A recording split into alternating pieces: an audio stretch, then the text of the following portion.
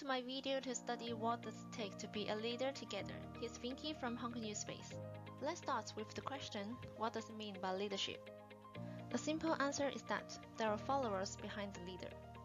It can be applied into different types of institution. The main idea will be the process of influencing others to achieve the shared goals.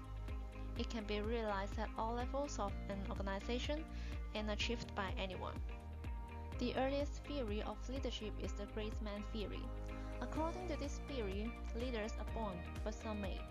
Some people are born with a higher level of intelligence or energy to influence what others would do and believe in. But recently, more people believe in the trait theory, which proposes that leaders can be nurtured.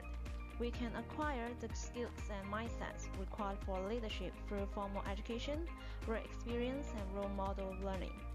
That's why we are taking this course to develop our leadership capacities. So, how can we become a leader?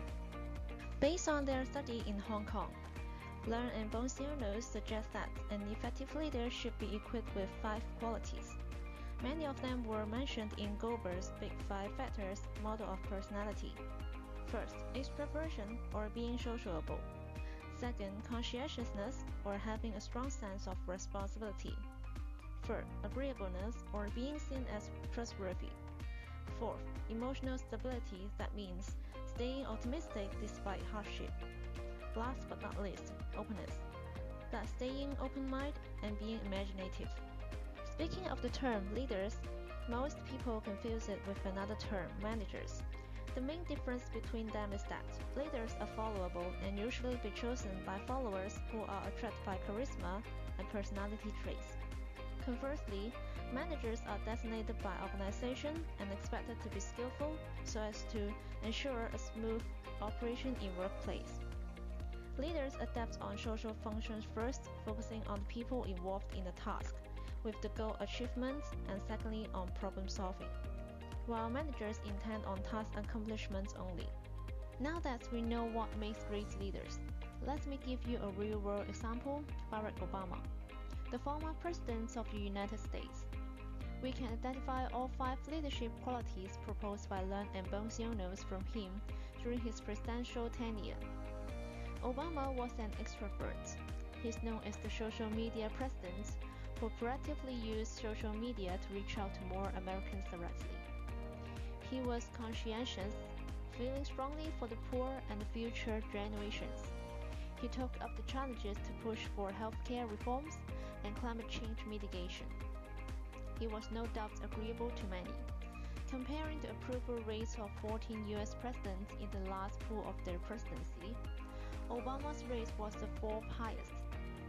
He must have an optimistic mindset to keep working up the ladder of politics despite his minority background to become the first black US president. Finally, he was open-minded, despite being a Democrat.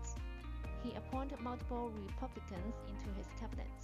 Other than learning leadership from Mr. Obama, we can also learn a lot on our activity day through practice. Many of us perform some forms of leadership at different occasions, so we could reconfirm 3 leadership qualities that Yuen and Vinki mentioned. First, extroversion. Some of us listened patiently to others' self-introduction to learn about our strengths and weaknesses and assign us to the roles we are good at in the first game. Second, emotional stability. When we lost a game, some of us kept encouraging others to stay positive and focus on winning the next game. Third, openness. Some of us were quick at drawing lessons from previous games, so we were able to work together better in the last game and won it. Meanwhile, there are 2 more qualities that I'll observe from the day. One is familiarity with the contest. Leaders need to know the rules of the games well in order to allocate the right group members to the right task. Another is the adoption of a wide perspective.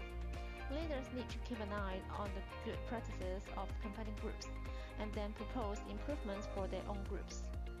Wrapping up my presentation today, I want to share a quote from Secretary. Great leaders inspire people to find and pursue their own highest purpose. Great leaders are valuable not only for leading us to achieve our shared goal. They also help us grow in the process of goal accomplishment and achieve more, both individually and collectively. That's all I would like to share with you. Hope that you have gained something useful from here and become a great leader in the future.